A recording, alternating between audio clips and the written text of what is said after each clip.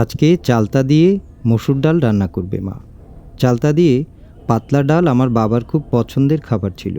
কে কে চালতা দেয়া পাতলা ডাল পছন্দ করেন জানাবেন। প্রথমে গাছ থেকে একটা চালতা পেড়ে মাকে এনে দিলাম। মা ভালো মতো চালতাটি কেটে নিল এবং প্রয়োজনীয় পেঁয়াজ, রসুন, কাঁচামরিচ কেটে নিল। কাটা শেষে গরম চুলায় কড়াইতে বর্ষার জমানো পানি দিয়ে দিল।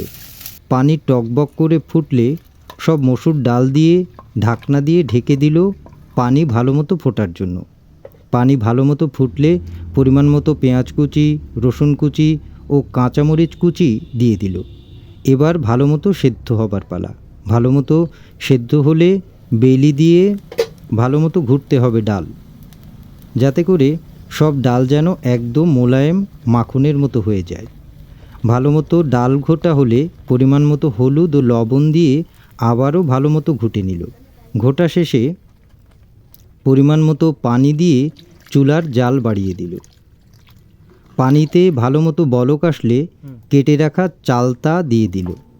মনে রাখতে হবে কতটুকু টক খাবেন সেই স্বাদ মতো চালতা দিতে হবে।